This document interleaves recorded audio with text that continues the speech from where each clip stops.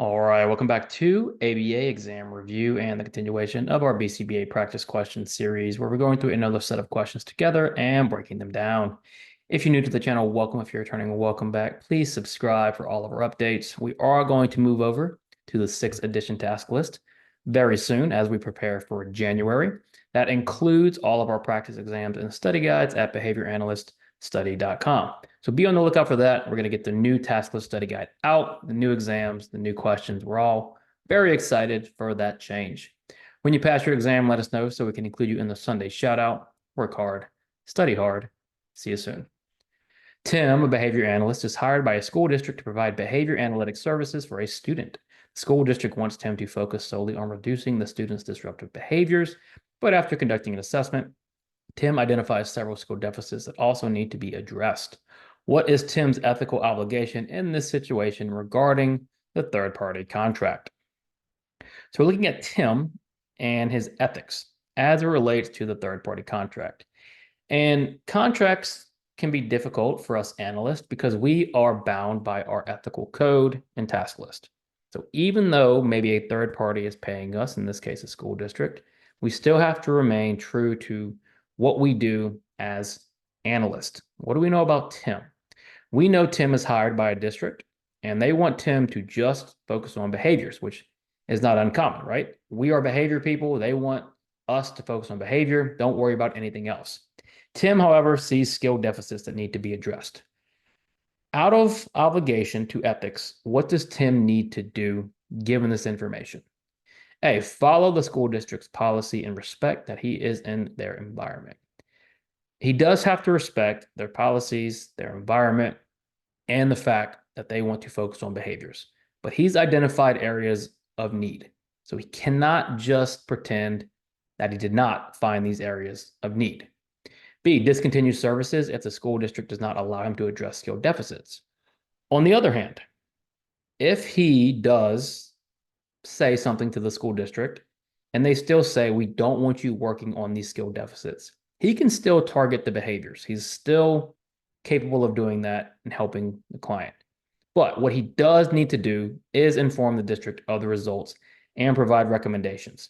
That doesn't mean they're going to let him work on these things. That doesn't mean they're going to give him free rein. But out of obligation to the client and what Tim believes is best is he has to inform the district of the assessment results. D, provide services as outlined by the school district and ignore the assessment results. We can't ignore it, right? We're not always going to get our way. We're not always going to be able to work on what we want to work on in third-party contracts, but that doesn't mean we pretend those things don't exist. Who knows? Tim might give recommendations and the district may really like those recommendations. He's obligated to provide the best treatment possible, and that includes letting everyone know what he believes from his professional standpoint. A behavior analyst is excited about the progress one of the clients has made and wants to share a video of the client working on the task on the company's social media account. The video shows the client's face and name, and no consent has been obtained from the client or their guardians. What ethical guideline is the analyst violating? All right, back-to-back ethical questions. And this is a social media question. What's the rule about social media?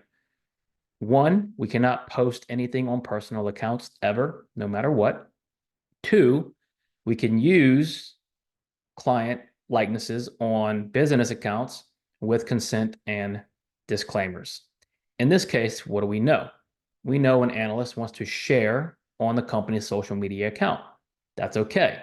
The problem is we're showing the face, we're showing the name, and we haven't gotten consent.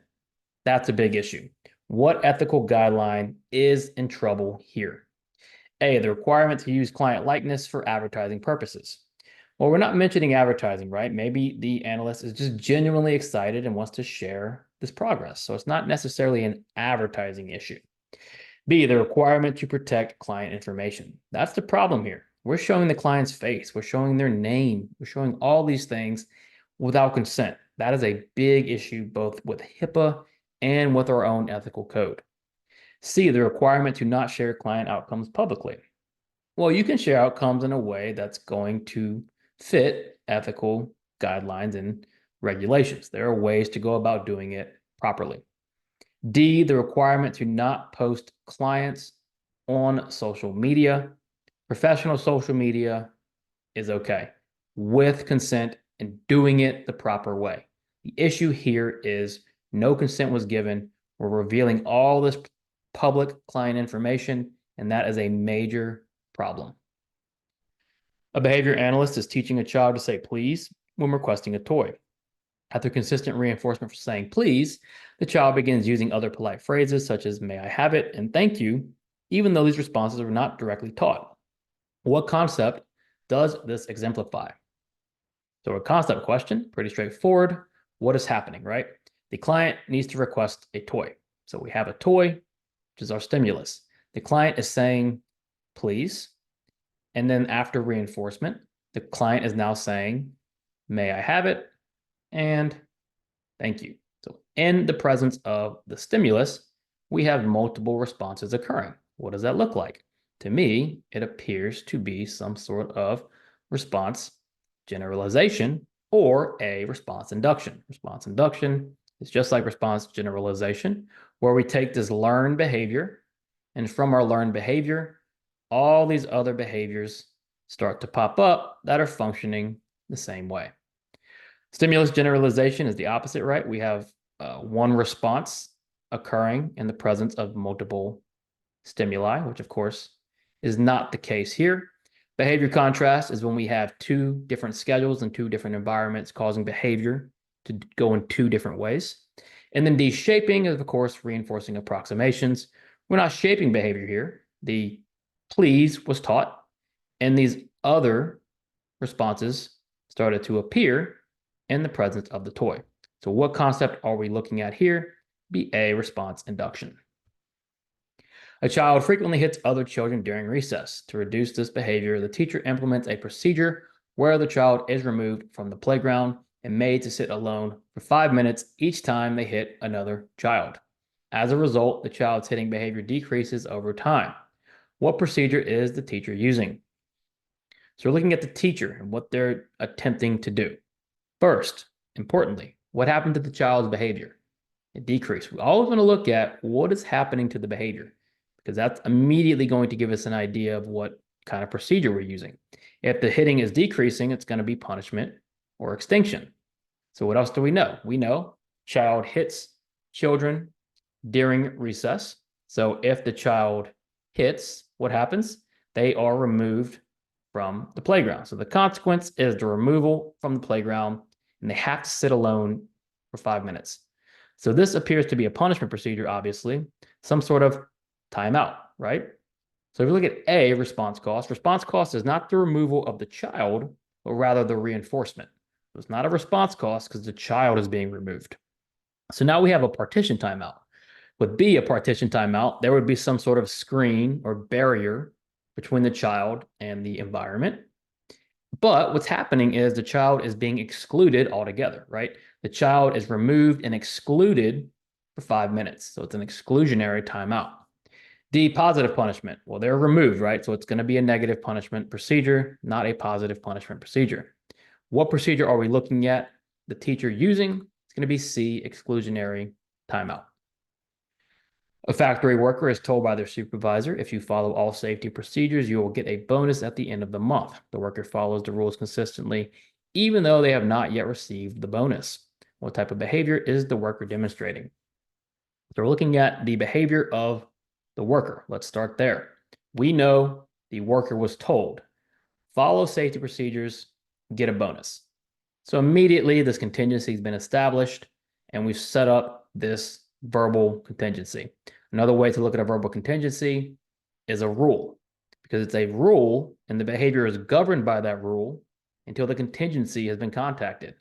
Has the worker got the bonus yet? No. So the contingency has not played out yet, but the worker is still following the rules consistently. So even though the worker hasn't contacted the contingency, they're still doing what they're supposed to do. What do we call that? A, contingency shaped behavior. Well, it's not shaped by the contingency, right? Because we haven't contacted the contingency. It's shaped by the rule. We've been given a rule. We've followed that rule. Once we hit the contingency, then it's going to be then the behavior is going to be shaped by that contingency. C, discriminative stimulus control. We're just simply following this verbal contingency, right? And negative reinforcement. There's been no reinforcement because no contingency has been met yet. The worker is demonstrating B, rule-governed behavior. Thanks for watching. Check out behavioranalyststudy.com for all of our study materials. Subscribe for all of our 6th edition updates, which will be coming very, very soon. We are very excited. When you pass, let us know so we can include you in the Sunday shout out. Work hard, study hard. See you soon.